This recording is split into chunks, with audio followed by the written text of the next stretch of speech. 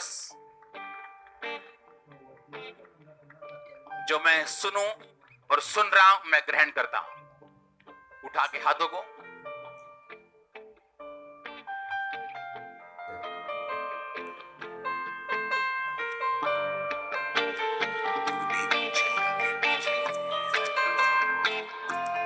मेरे सर पे रखे रखा है, तूने मुझे आगे पीछे घेर रखा है, अपना हाथ मेरे सर पे रखे रखा है। आमीन। तारीफ करो जोर से। मत्ती 4 उसकी एक आयत को मैं पढ़ूंगा, आप उसे सुनेंगे, अपनी बाइबल को खोलेंगे। उसमें लिखा, तब आत्मा यीशु को जंगल में ले गया ताकि इब्लीस से उसकी परीक्षा हो। वो 40 दिन 40 रात निराहार रहा। तब उसे भूख लगी। तब परखने वाले ने पास आकर उससे कहा, यदि तू परमेश्वर का पुत्र है तो कह दे ये पत्थर रोटियां बन जाएं। यीशु ने उत्तर दिया, लिखा है, मनुष्य केवल रोटी से नहीं परंतु हर एक वचन से जो परमेश्वर के मुख से निकलता है जीवित रहेगा। सब बोलो आमीन। अपनी बाइबल को उठा, बोलो मैं इस वचन से प्यार करता हूं, जो मैं सुनूंगा फल लेके आऊंगा। उठाओ अपने हाथों को अपनी बाइबल के साथ।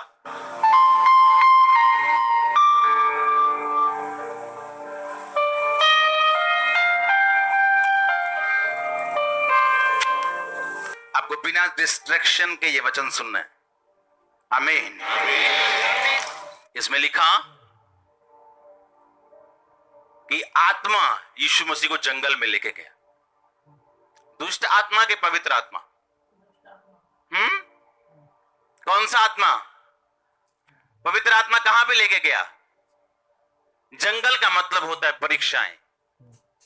जंगल का मतलब होता है ऐसा स्थान जहां आपका विश्वास परखा जाएगा, आपको टेस्ट किया जाएगा, आपकी जेन्युइनिटी को परखा जाएगा। सब मेरी ओर देखो। मैंने कहा जंगल एक ऐसा स्थान है जहां आपका टेस्ट लिया जाता है। ये एक ऐसा स्थान है जहां आपकी जेन्युइनिटी को परखा जाता है।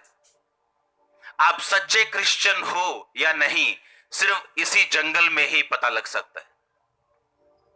और बाइबल कहती है जंगल में लेके जाने वाला यीशु मसीह को शैतान नहीं था बल्कि उसी परमेश्वर का आत्मा था जिससे वो जन्मा था। और लिखा, वही पवित्र आत्मा यीशु मसीह को जंगल में ले गया ताकि उसकी परीक्षा हो। जंगल यानी परीक्षा का स्थान, परख का स्थान, आपकी जेन्युइनिटी को।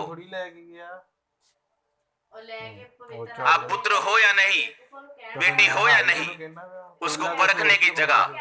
और वहां पे लेके जाने वाला शैतान नहीं था बल्कि परमेश्वर का ही आत्मा था। परमेश्वर की आत्मा ने बाइबल में लिखा, मत्ती में पढ़ते हैं तो थोड़ा अलग लिखा, लूका में पढ़ते हैं, अलग अलग पुस्तकों में पढ़ते हैं तो उसमें लिखा फोर्सफुली, धक्के के साथ पवित्र आत्मा ने यीशु मसीह को जंगल की ओर भेजा। धक्का दिया उसको, फोर्स किया उसको कि तू जा जंगल में ताकि इब्लीस से तेरी परीक्षा हो। कई बार परमेश्वर आपकी अगुवाई करता है इन जंगल के स्थानों में, परीक्षाओं में, सताव में, दुखों में। आपको नीचा करने के लिए नहीं, आपको गर्म रखने के लिए, स्ट्रॉन्ग करने के लिए, नए लॉन्च पैड से एक नई ऊंचाई तक आपको लॉन्च करने के लिए, आपको स्ट्रॉन्ग करने के लिए।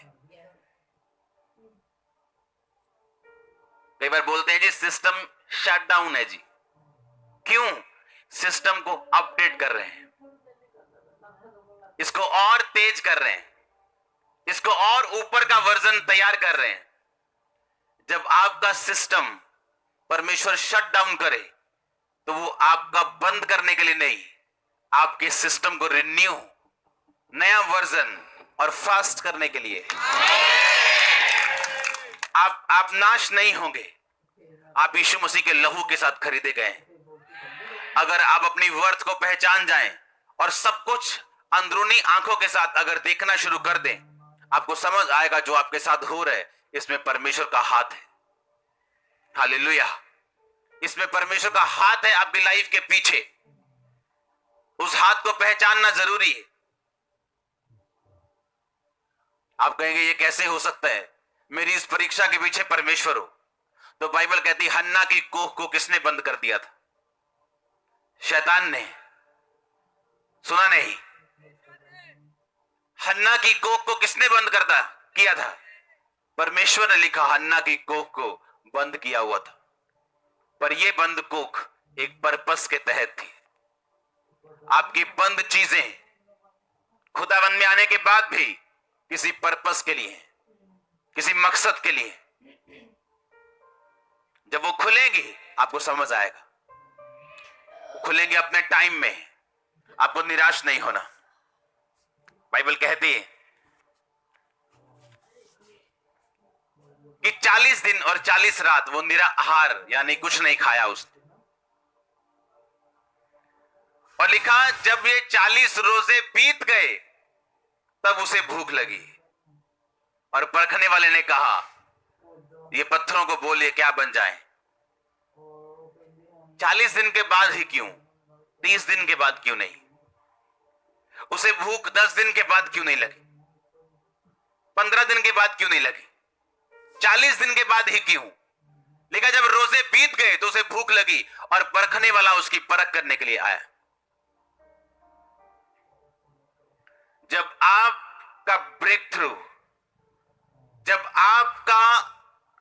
आपकी ब्लेसिंग, आपकी आशीष जब आपके सबसे नजदीक होती तो शैतान सबसे ज्यादा तड़फ रहा होता उस टाइम।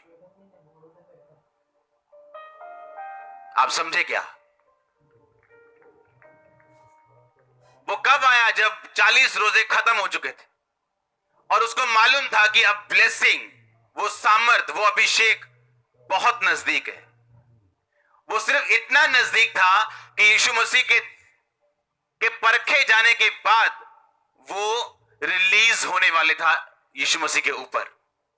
अगर आप इन अध्यायों को ध्यान से पढ़ें तो बाइबल कहती है कि प्रभु यीशु मसीह इन रोजों के बाद और इन परीक्षाओं के बाद आत्मा की सामर्थ्य से भरे हुए वो लौटे।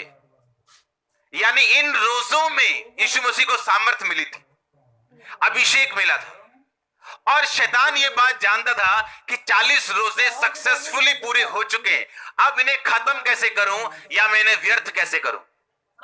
कई बार जब आप अपने लाइफ के पॉइंट में होते हो, आपका ब्रेक थ्रू नजदीक है, आपकी ब्लेसिंग बड़ी नजदीक है, पर आप देखते हो कि ये क्या हो रहा है, ये मुश्किल मुझे क्यों आ रही, ये ऐसा मेरे साथ क्यों हो रहा है, ये ट्रबल अब मुझे क्यों आ रहा है। वो इसलिए कि शैतान देख चुका है कि आप पे ब्लेसिंग सिर्फ अब 1 इंच का फासला रह चुका है। वो देख चुका है, और जब वो देख चुका है वो ये चाहता है कि आप परख में फेल हो जाएं। और इसीलिए परमेश्वर ने कहा इंसान अकेली रोटी से नहीं परंतु परमेश्वर के मुख से निकले एक एक वचन से जीवित रहेगा।